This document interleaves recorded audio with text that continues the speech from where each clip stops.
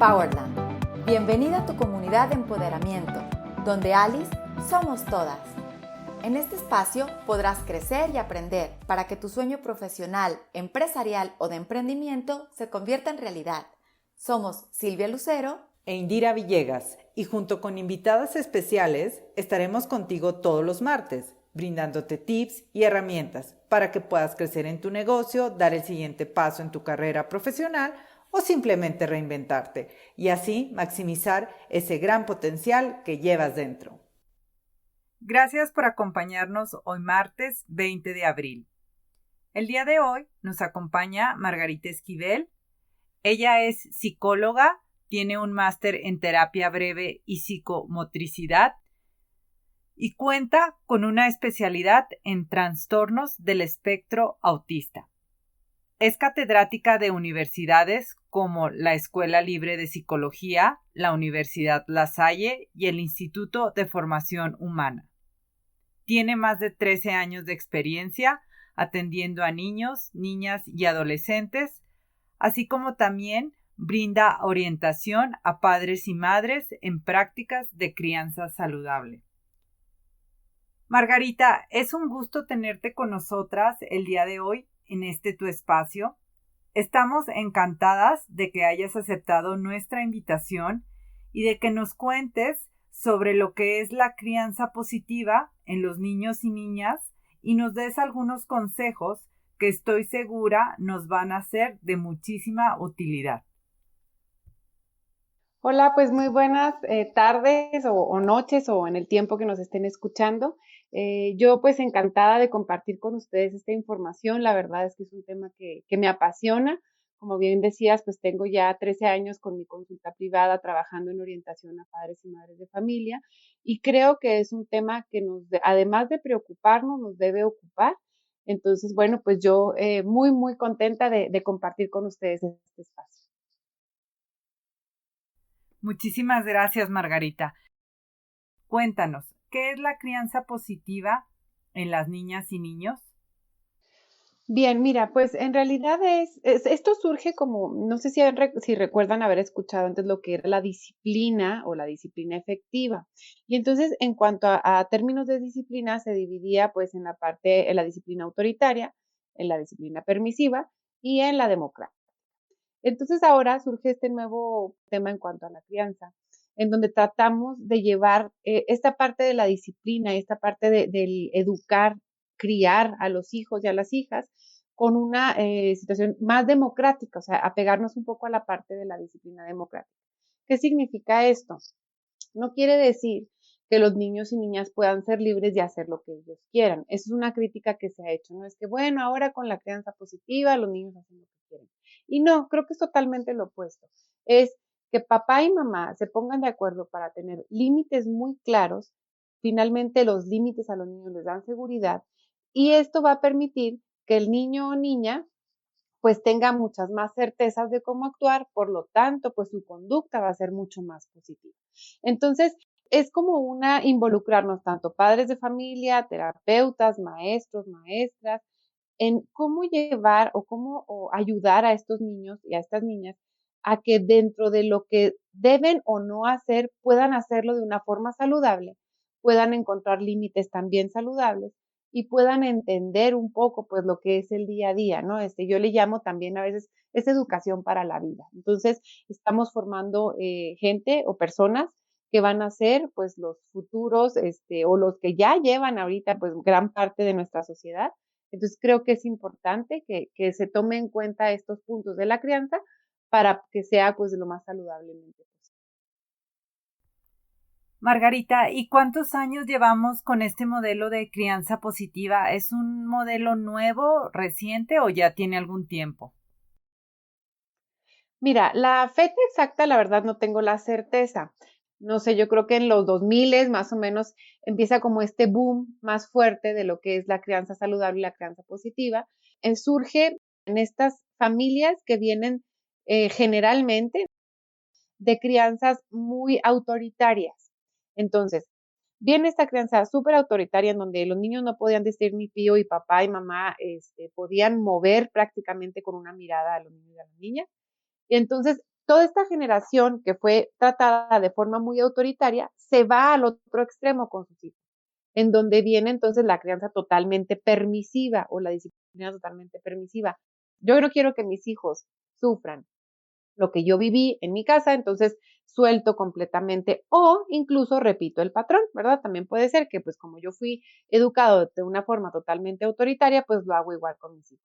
Y entonces nos damos cuenta que tenemos niños y niñas con problemas de ansiedad, con problemas de depresión, adolescentes con problemas de identidad, en donde decimos, bueno, algo está pasando. Entonces nos regresamos a este punto de la crianza, es donde empieza este boom, en donde podemos entonces dar a los niños y niñas un modelo de crianza que sea no totalmente permisivo, no totalmente autoritario, que le permita interactuar y que le permita aprender a tomar decisiones saludables y entonces poder generar pues ciudadanos pues un poco más responsables, ¿no? Entonces, como te decía, bueno, la fecha exacta no la tengo, pero sí sé que es como de estas generaciones que vienen a raíz de una crianza totalmente autoritaria y entonces surge esta idea de buscar la parte más democrática, ¿no? Sí, como algo más en equilibrio, ¿no? Ni un extremo ni el otro, sino algo que esté en medio. ¿Nos podrías dar alguna sugerencia para establecer los límites? Es decir, hasta dónde llegamos. Y creo que esto nos será muy útil ahora que estamos en tiempos de pandemia, ya que como todos y todas sabemos, pues nuestras rutinas cambiaron drásticamente. ¿Qué nos podrías aconsejar? Sí, claro, mira, te platico algo bien interesante que yo he trabajado mucho con este modelo, es un semáforo inteligente, se le llama, no lo inventé yo. El autor se llama Antonio Ortuño, es un español que justamente en estos tiempos, sí, de los 2000, también empieza a trabajar mucho con esta parte de la crianza y del apoyo a padres y madres de familia. Y él tiene un libro que se llama Familias Inteligentes. En este libro él nos comparte un modelo del semáforo inteligente en donde la primera pregunta que nos hace es, a ver, ¿tú qué prefieres tener, un hijo obediente o un hijo responsable? La gran mayoría de las veces que yo he hecho esta pregunta, la respuesta es, quiero un hijo o una hija responsable. Entonces, si ese es tu fin, si tú quieres tener un niño o una niña que sepa tomar decisiones asertivas, que sepa decidir de una forma saludable, entonces es ahí donde nos tenemos que ir a esta parte del semáforo en donde hay conductas, como en un semáforo normal, que están en rojo, que quiere decir que no son negociables. ¿Qué es esto? Esto depende también de la edad. Por ejemplo, un niño de 2 años, pues la mayoría de sus conductas están en rojo. No quiero decir con esto que sean prohibidas, sino que son conductas que no se negocian. Es decir, aquí no, un niño de 2 años no puede decidir si come o no, no puede decidir si se le cambia, o si se le enseña a ir al baño o no, no puede decidir, como no puede tener a cargo esas responsabilidades, ¿verdad? Ahí papá y mamá entran al quite completamente. Luego vienen las conductas que están en semáforo amarillo. Son conductas que se pueden negociar y obviamente pues avanzamos un poco más en las etapas del desarrollo. ¿Cuál sería un ejemplo de esta? Un niño de 7, 8 años, podemos negociar si se quiere poner la sudadera roja o la sudadera amarilla. Ojo, no decide dentro de un universo gigante, decide dentro de las opciones que yo te doy. Eso es negociar en semáforo amarillo. No quiero la sudadera. A ver, eso no es opción. Puedes usar la verde o puedes usar la roja, pero tú decides cuál quieres usar. Y entonces se da un poco de libertad en cuanto a elección, sin embargo, el control lo tenemos completamente nosotros como adultos o como padres o madres de familia. Y luego a partir de ahí, cuando el niño aprende a negociar y aprende a tomar decisiones, entonces puede haber muchas conductas que pasen a un semáforo verde. Te estoy hablando a lo mejor de un adolescente en el que ya sabe qué es lo que puede y no puede hacer, entonces difícilmente le vas a tener que decir a algo que no, porque finalmente ya negociaste bien con él en las conductas de semáforo amarillo. Además, tiene muy claro cuáles son los límites de ese hogar por las conductas que estuvieron en rojo o incluso que pueden permanecer en rojo, como puede ser una hora de llegada, por ejemplo, ¿no? Entonces, es como dividir qué sí puede decidir el niño o la niña, qué no puede decidir, qué está a mi cargo, qué es su decisión y además A esto se le suman, bueno, ¿qué consecuencias vienen con esas decisiones?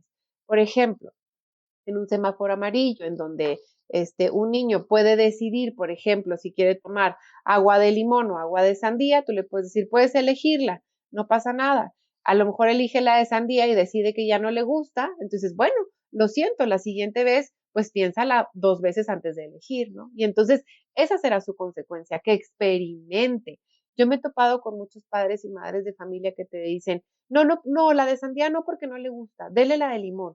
Cuando el niño no tiene la capacidad, o cuando el niño más bien tiene la capacidad de elegir, decidir y probar si le gusta o no. Y si no, pues finalmente esa también es una consecuencia, aprende de la experiencia. Entonces, más allá como de llevarnos a una parte en donde tienen que obedecer o en donde tienen que hacer o seguir ciertas reglas o instrucciones, es determina qué conductas están en semáforo rojo, es decir, no son negociables y es válido, o sea, los límites ahí deben ser muy claros. Determina qué cosas pueden ser negociables y determina qué cosas pueden estar en total libertad, quiere decir, pues en el semáforo verde. Más o menos ese es un modelo que a mí me parece que funciona muy bien y además ayuda a los padres a dejar de ser ogros o a dejar de ser brujas, ¿no? ¿Qué quiero decir con eso? Quiero decir que entonces ya el niño o la niña se vuelve responsable de lo que decidió y entonces si tiene claras cuáles son las consecuencias, un ejemplo muy claro, que es algo bien recurrente, que justamente ahora con el tema de la pandemia me ha llegado mucho a consulta. No se quiere meter a bañar. O sea, en los horarios se les movieron todos, entonces la hora del baño se volvió un caos y entonces les digo, a ver, dependiendo de la edad, obviamente, si tiene 2 años, pues no le preguntas, lo metes a bañar y ya está. Pero si tiene 8 o 9, le puedes decir, oye, a ver, las reglas de casa son que hay que bañarse a tales horas. Si tú no lo logras o si no lo haces para tal hora, entonces no tendrás tal beneficio. Decide qué quieres hacer. Si decides que no te quieres bañar, está bien, pero no hay privilegios. Y ya está. Y dejas de ser el logro y entonces a lo mejor si te dice, oye mamá, ¿podemos ver una cari juntas? Claro, sí lo podemos hacer y la sigues tratando bonito y se siguen llevando bien, pero finalmente la consecuencia se sigue presente y además, pues ella tendrá que aprender de esa experiencia, ¿no? Entonces, dejamos de ser las brujas, dejamos de ser los ogros y se vuelve como más llevadero.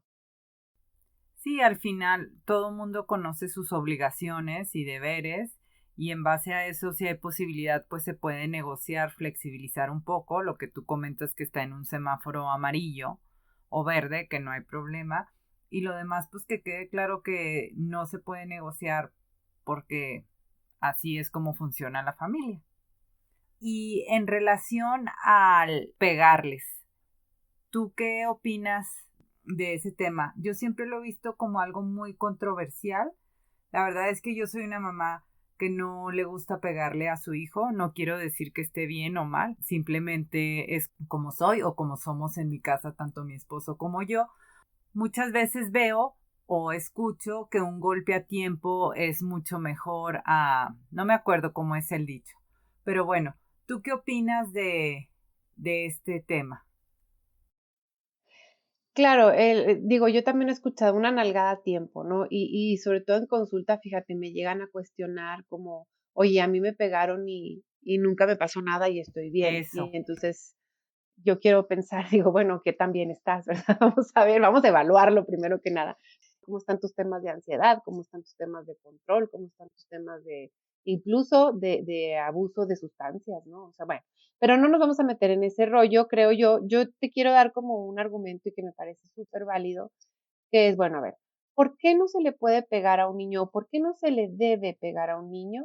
Por la misma razón por la que no le pegas a un adulto. Por la misma razón por lo que no le pegas a una mujer, porque no le pegas a un hombre, porque incluso sería totalmente inadecuado que entre tú y yo nos lleváramos a golpes, ¿no? O sea, ¿por qué no te puedo pegar? Porque tengo que respetar tu integridad. ¿Y por Claro. qué no respetar la de los niños? Entonces, creo que ese es un punto que tenemos que aclarar. Es más, mira, ahora incluso hasta la violencia hacia los animales está penada. O sea, no le puedes pegar a un perrito, no le puedes pegar a una mujer, te digo que es también pues un tema, ¿no? No puedes agredir, o sea, no está bien la violencia. Entonces, ¿por qué normalizarla o por qué hacerla como, pues al cabo aquí a mí sí me dieron y pues yo también estoy bien, entonces no pasa nada? Creo que no podemos normalizar la violencia. Entonces, partiendo de ahí, ¿no? Porque son seres humanos, porque sienten, porque tienen emociones y pues porque se les debe respetar. Creo que eso es un punto súper importante. Y yo lo que he visto es que tampoco un golpe hace que ellos aprendan o valoren. Digo, es lo que yo creo, no lo sé, por eso te lo pregunto a ti. Claro, y creo que estás en lo correcto. Mira, finalmente el golpe no va a resolver el conflicto, no va a resolver la situación en la que se encuentra, ¿no? Entonces, es como demostrarle o enseñarle a un niño una forma incorrecta de resolver algo, ¿no? Eh, Vamos a hablar un ejemplo te voy a dar en cuanto a la autorregulación. Mira, cuando los papás y mamás generalmente pierden como la paciencia y llegan a este tema de las nalgadas o de los golpes, es cuando un niño cae en un berrinche, por ejemplo, y empieza llora, llora, llora y cada vez es más y más y más. Y entonces vienen las amenazas, ¿no? Si no te callas, te voy a pegar. O si no te calmas, o si sigues llorando, te voy a pegar para que llores por algo, ¿no? Entonces, es como este tema de la amenaza primero, que finalmente no lleva al niño a una resolución, no le da contención, sino más bien lo asusta o le da miedo. Y entonces imagínate lo que está aprendiendo este niño o esta niña. Si yo no me puedo regular, necesito que algo externo y además agresivo venga y me dé en la torre para poderme regular. Y entonces, imagínate qué tipo de adulto tendremos. Es decir, va a ser un adulto que en una situación de frustración va a necesitar o pelearse con alguien a golpes o que venga la policía y lo someta para poderse calmar, porque no lo aprendió de una forma saludable. Y sí, estás totalmente en lo correcto. El golpe no resuelve, el golpe no te da la solución al problema. Entonces, yo creo que tenemos que enfocarnos más hacia la parte de la solución de los conflictos, hacia la parte de dar alternativas para autorregularse y alternativas eh, sanas, ¿no? De contención, para que entonces tengamos niños y niñas que saben autorregularse, que saben calmarse y que además entienden la frustración como un tema de vida, porque finalmente es un tema de vida. Todos y todas nos frustramos. Entonces, ¿cómo lo resolvemos? Es el tema. Entonces, sí creo que el golpe no sería como el punto. Y mira, hay en esta parte como del acompañamiento, en esta parte de entender las emociones de los niños, creo que somos los adultos súper responsables de darles el buen camino, ¿no? Entonces, sí creo, y estoy de acuerdo totalmente contigo, el golpe, incluso ni el grito le va a dar la solución al conflicto, ¿no? Sí, lejos de ayudarlo, creo que lo perjudica. Digo, todos somos humanos, nos desesperamos, pero sí creo que es importante que lo tengamos en cuenta, ¿no? Y aprendamos también nosotros a, a controlarnos y a poder ser capaces de negociar con ellos como debe de ser, ¿no? De hablar, de explicar, porque al fin y al cabo, pues sí, ellos dependen de nosotros. Claro, claro, y porque en esta etapa, pues como tú dices, dependen totalmente del adulto y nos convertimos pues en estas guías, ¿no? Y entonces es como pensar, bueno, a largo plazo, ¿qué quiero que este niño y esta niña aprendan en cuanto a la solución de conflictos, en cuanto a la tolerancia a la frustración? O sea, ¿cómo quiero que lo resuelvan? Y entonces ahí es como tenemos que actuar, pues sí, como adultos responsables, ¿no? Y si no lo logras, pues entonces creo que es un tema ya a nivel personal, es decir, si no puedes contenerte, si no puedes calmarte, si no puedes darle esto que necesita tu hijo o tu hija, entonces atiéndete tú. Entonces revisa tú emocionalmente cuáles son tus necesidades que no están cubiertas o que no han sido cubiertas para que puedas prepararte para poder acompañar a tu hijo o a tu hija en esta crianza positiva. Totalmente. Y finalmente, Margarita, me gustaría que nos dieras algún consejo a todas las que somos mamás y papás para que podamos ser mejores madres y padres para nuestros hijos e hijas, sobre todo en estos tiempos de pandemia, pues que todo nos cambió. Sí, la verdad es que a todos nos puso como de cabeza el mundo y entonces pues sí es difícil. Mira, yo creo que de los así consejos que puedo dar o que puedo compartir y que creo fielmente en ellos. Bueno, uno es un año que es totalmente atípico, entonces en cuestiones académicas o en cuestiones escolares, me disculparán los maestros, pero creo que vamos a poder, o sea, vamos a tener la necesidad de no hacer la prioridad la parte académica. O sea, en este momento no necesitamos niños que sepan multiplicar, no necesitamos niños que sepan leer, necesitamos niños que sepan contener y llevar de una manera saludable sus emociones. Y porque finalmente esto les vino a cambiar todo. Entonces, ¿cómo le hago primero para que mi hijo o mi hija esté tranquilo? Bueno, pues creo que aquí viene esta parte de lo que ya hablábamos ahorita. No puedes dar lo que no tienes, entonces tranquilízate, cálmate, regúlate, busca estos espacios también para ti, porque también para ti ha sido difícil como mamá o como papá. Y entonces busca estos momentos en los que puedas relajarte, tómate estos 5 minutos para pensar, para decir qué sigue, cuál es el plan, y no te abrumes por las cuestiones académicas, porque finalmente es algo que a todos nos vamos a tener que ocupar de esto una vez que esto llegue a un punto de regularizarse un poco, ¿no? Vamos a tener que entrarle desde maestros, terapeutas, las personas que se dedican a dar apoyos académicos, o sea, vamos a tener que entrarle todos. Entonces, creo que no es una prioridad. Trata de apegarte mucho como a una estructura. Sé que es algo complicado, pero a los niños les gusta la estructura, les gusta saber qué va a pasar. Entonces, en la medida de lo posible, pues yo sé que los días son un poco más caóticos ahora en casa, sin embargo, bueno, pues te pones rutinas muy claras, como los horarios de dormir, los horarios de comer, los horarios del baño, por ejemplo. Esto te va a ayudar muchísimo a que el niño empiece a fluir. Por eso responden o se apegan también a la parte escolar, porque en la escuela entran a una misma hora, tienen receso a la misma hora, tienen la clase de música a la misma hora. Entonces van siguiendo como este patrón con ciertas certezas y eso los hace mantenerse tranquilos. Entonces creo que los podemos apoyar con esa parte en casa. Trabajar a nivel personal creo yo que es muy importante. Esto nos vino a asomar esta parte de nosotros mismos en donde empezamos a conocer incluso de una forma diferente a nuestra pareja, empezamos a conocer de una forma diferente a nuestros hijos e hijas. Pues es como tener un poco de introspección y decir, a ver, ¿qué de lo que yo hago puedo modificar? Y cuáles son como las herramientas con las que cuento en este momento para ajustarme a ciertas rutinas y dar sobre todo certeza y cariño a los niños, porque finalmente, como te decía desde el principio, pues es una situación atípica y creo que debe ser tratada con amor, ¿no? O sea, finalmente son cosas que ni los niños pueden controlar, ni nosotros podemos controlar. Entonces, vamos a hacerlo de una forma cariñosa, de una forma amable, para poder fomentar, pues, esta estabilidad emocional que la verdad va a ser una total necesidad a partir de esto. O sea, vamos a tener, yo creo que todos acudir a un espacio en donde podamos hablar de nuestras emociones. Sí, totalmente, con mucho amor, cariño y paciencia. Ya habrá mejores momentos, pero ahora toca enfocarnos en eso. Margarita, muchísimas gracias por habernos acompañado. La verdad es que tengo muchísimas más preguntas y seguramente nuestra audiencia también las tiene, pero bueno, sabemos que el tiempo es limitado.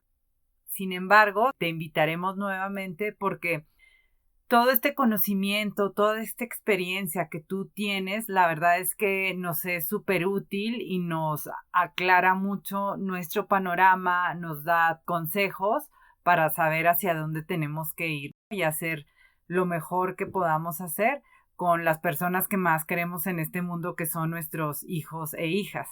Te agradecemos enormemente el que hayas estado con nosotras el día de hoy. No, pues al contrario, yo también te agradezco mucho el espacio. A mí me encanta hablar de estos temas, entonces, pues bueno, en alguna otra ocasión que se preste la situación, yo encantada. Y bueno, nada más quisiera dejarles como esta frase que a mí me encanta y que creo que tiene mucho que ver con esto que hemos estado platicando. Es un proverbio africano y dice, el niño que no es abrazado por su tribu, de grande quemará la aldea para sentir calor. Muchísimas gracias. Me encanta, Margarita. Muchísimas gracias nuevamente. Ya sabes que esta siempre será tu casa. No te pierdas nuestro próximo episodio, ya que Norma Blanco nos dará tips para aprender a narrar nuestra propia historia. Si hay algún tema en particular que te gustaría que discutiéramos en este espacio o si tienes preguntas, escríbenos en nuestras redes sociales en Instagram, Facebook y Twitter o envíalas a nuestro correo electrónico. Te esperamos el próximo martes.